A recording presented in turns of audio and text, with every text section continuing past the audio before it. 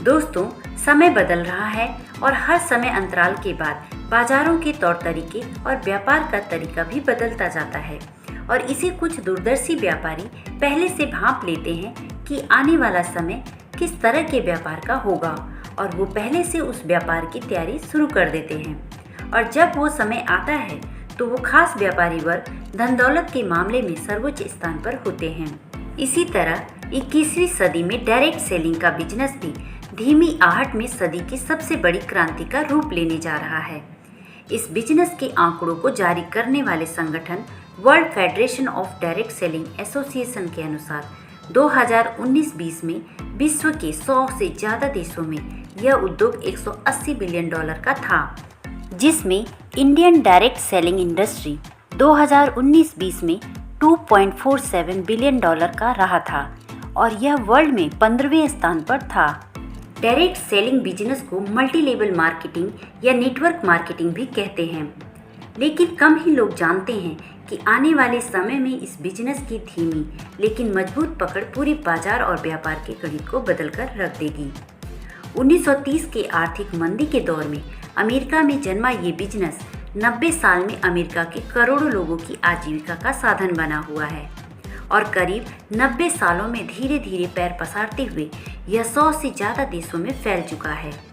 आज से 10 साल पहले तक इंडिया में इस तरह के बिजनेस का वजूद ना के बराबर था, लेकिन अब इस बिजनेस के आधार पर इंडिया वर्ल्ड में 15वें स्थान पर है और आने वाले कुछ सालों में इस बिजनेस के आधार पर इंडिया वर्ल्ड में टॉप 5 में होगा।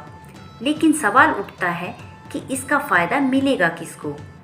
सीधी सी बात है, जो लोग पहले से इस बिजनेस को करते आ रहे हैं या जो लोग अगले कुछ सालों में इस बिजनेस को ज्वाइन करेंगे, वही लोग इसका फ़ायदा उठाएंगे।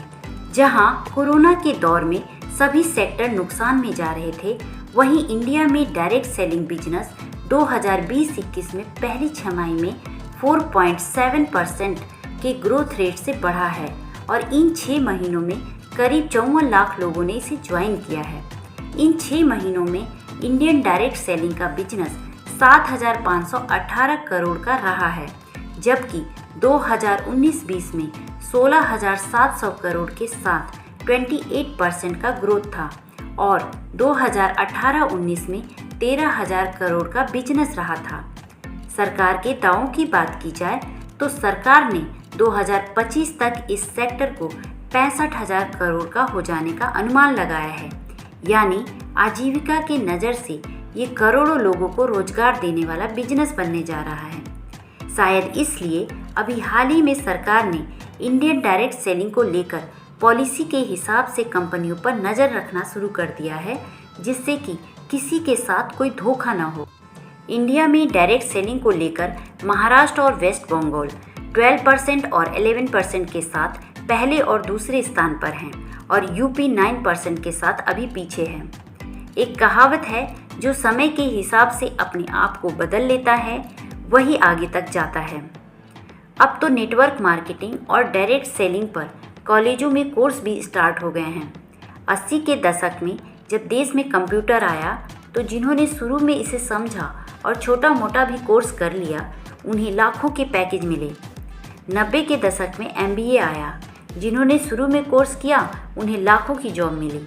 डायरेक्ट सेलिंग के लिए किसी तरह की डिग्री या क्वालिफिकेशन की आवश्यकता नहीं होती, कोई भी इसे कर सकता है।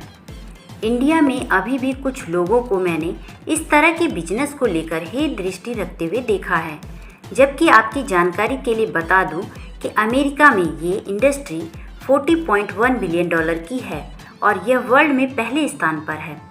करोड़ों लोग इसी से अपनी आजीविका चलाते हैं। चाइना $19.18 बिलियन के साथ दूसरे स्थान पर है। जर्मनी $17.97 बिलियन के साथ तीसरे स्थान पर है। कोरिया चौथे स्थान पर, जापान 5वें पर, ब्राज़ील 6ठे पर, मलेशिया 7वें पर, मैक्सिको 8वें पर और फ्रांस 9वें पर, ताइवान 10वें स्थान पर है और इंडिया अभी 15वें स्थान पर है। यानी अभी इंडिया में इसकी संभावना बहुत ज़्यादा है।